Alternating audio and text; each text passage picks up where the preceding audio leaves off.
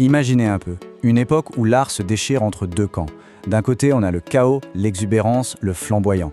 Et de l'autre, l'ordre, la rigueur, la perfection. C'est ça, le XVIIe siècle français.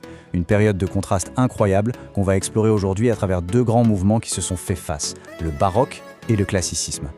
En fait, au cœur de cette bataille artistique, il y a une question toute simple mais essentielle. Est-ce que l'art doit refléter le désordre du monde ou est-ce qu'il doit, au contraire, essayer d'y mettre un peu d'ordre, un peu de raison? Eh bien, le baroque et le classicisme vont donner des réponses radicalement opposées. D'un côté, on a donc le baroque, avec sa richesse, son côté un peu chargé, son exubérance, et de l'autre, le classicisme, qui lui recherche l'harmonie, la mesure, la clarté. C'est vraiment le choc de deux visions du monde. Allez, plongeons d'abord dans l'effervescence baroque. Pour bien comprendre cet art si foisonnant, il faut d'abord se remettre dans l'ambiance de l'époque. C'était une période de très grands bouleversements. Il faut s'imaginer que la France sort tout juste des guerres de religion.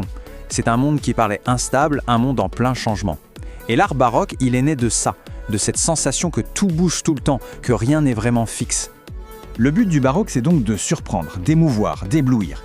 Il n'a absolument pas peur de l'excès. Au contraire, il s'en sert pour essayer de capturer l'intensité, parfois même la brutalité, de la vie dans un monde qui semble totalement imprévisible. Alors concrètement, ça donne quoi? Ça donne un style très chargé, des intrigues qui ressemblent à des labyrinthes et une véritable obsession pour le thème de la métamorphose, du changement. L'art baroque, c'est un spectacle permanent.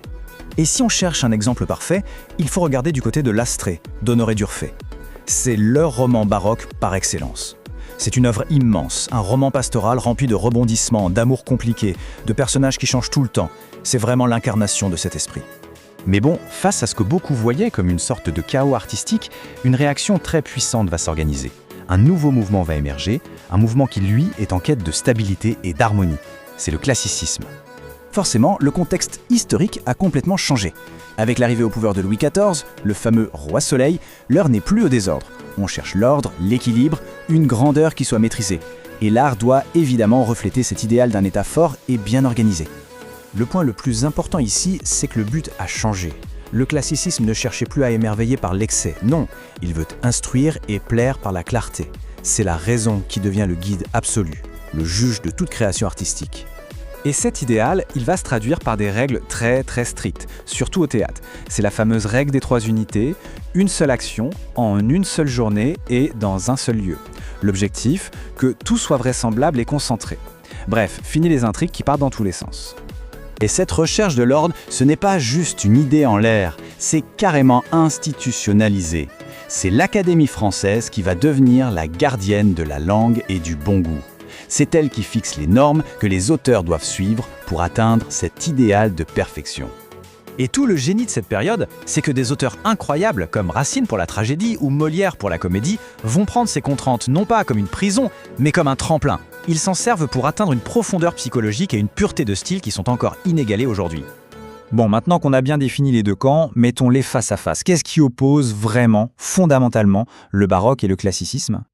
Pour résumer, d'un côté, on a un art qui naît de l'instabilité et qui cherche à toucher par la complexité. De l'autre, un art qui naît de la stabilité et qui veut éduquer par la clarté. Deux contextes, deux objectifs, deux styles, radicalement différents. Si on devait choisir une seule figure pour chaque camp, ce serait sans doute d'Urfé pour le baroque, avec ses intrigues complètement folles, et Racine pour le classicisme, avec la pureté presque chirurgicale de ses tragédies.